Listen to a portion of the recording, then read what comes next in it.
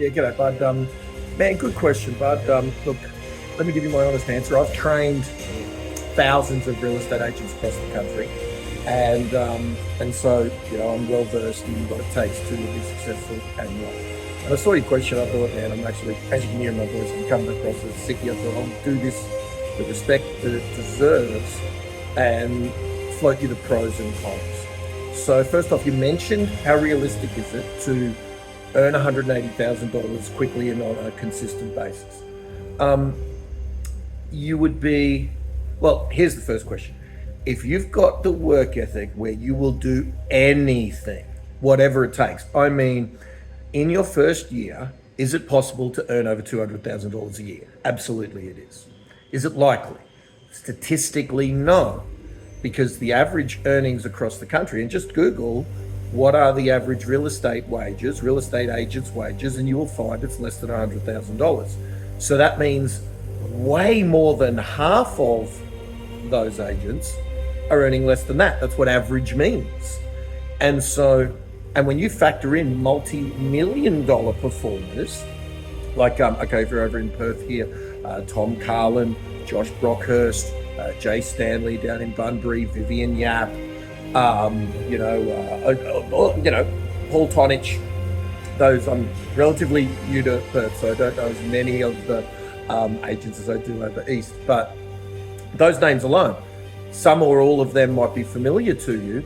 They earn millions. So if they earn millions and yet they are part of the sample size that averages out at under $100,000, understand that most agents are earning far less than $100,000 in any year. Don't worry about your first year. So that's the caveat, that if all things are equal, the answer is don't move from your job if you need that job's income in order to make it, based on, like you just said, you've got a passion for design and real estate and all of those things. Well, you better have a passion for being a glorified telemarketer for a year, because unless you've got a marketing budget, a significant one, every home, including yours, like think about this, the home you live in when you're on your week on, week off, when you're at home in Perth, every home, there's 100 real estate agents that if that property went to the market, they would want to be the one with their name on it. 100. So if all things were fair, for every 100 listings, everyone would get one. Your job is to make it disproportionately unfair in your favor. And what do you got to tell the consumers why they should choose you, who's the least experienced, the least trained, the least track record? You see what I'm saying? It is a possible hill to overcome, but it's not likely. And when I say it's not likely, the one person who has got a decision that they can make to overcome that unlikeliness is you. Now it's not totally dissimilar to being an actor. Everyone might want to be a movie star, and I suppose there's a little bit of the genetics if you look like Tom Cruise and all of those sorts of things. Maybe more like an athletic kind of thing. If you are dedicated enough to put in Michael Jordan style, first to come, last to leave, to practice, then you become the greatest of all time. So the decision as to whether or not it will happen is up to you, because statistically it's unlikely. But then, I've got this book. If you just message me and it'll be free, or if you go to Amazon, I think it's $20 or something.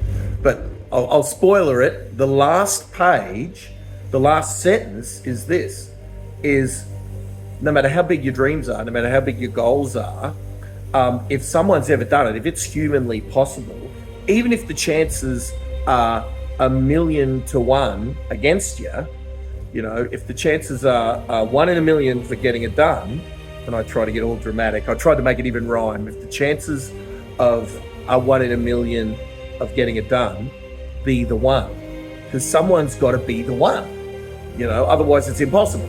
So if it can be done, you can do it. It's just whether or not you're willing to pay the price for that first year of 14-hour days, none of this week on, week off business. That week on, week off business, that's the first sacrifice in your plan.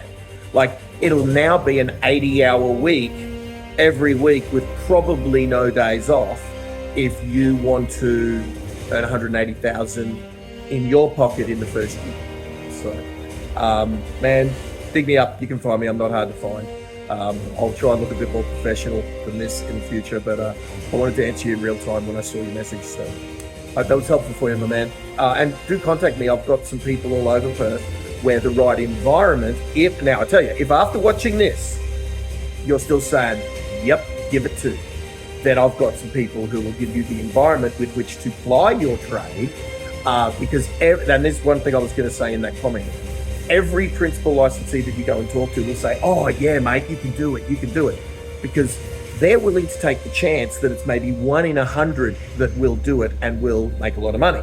Because whoever the principal licensee is, makes some money out of someone who is one of their salespeople who does really well. And they're willing to sacrifice the lives, really, of those people who don't make it in order to find the one who does. You know what I mean? Like, you don't get to make an omelette without breaking some yolks, or whatever that saying is. That monetarily, it is worth them having 5 people who miss for every 1 person who hits. So for that reason, you can't listen to any of the principal licensees because they're willing to take the chance. You know what I mean? But if you've listened to this, where it sounds like I'm trying to talk you out of it, and I am, if you want a job. But if you want to live and breathe it, it's more like you own your own business. Like when you own your own business, there are no days off. When you're sick, like you can hear, if you've never heard me before, you might think I'm normally like this. I'm crook, right? I'm still doing appointments yesterday and today. Like I've still got to paint on a smile and still try and do the job. And you know, luckily for me, I'm at home. You can see my man cave in the background. But when you own your own business, there are no days off, because if you take days off, the business is closed. It's that sort of mentality that you got to bring to real estate, not an employee mentality. But if after hearing all that, you still think I'm in, then yeah, contact me and we'll point you in the right direction with a few things. All right, man. Thanks for the question. It was good fodder. Hopefully it's helped some other people, just like it's helped you. Thanks, man.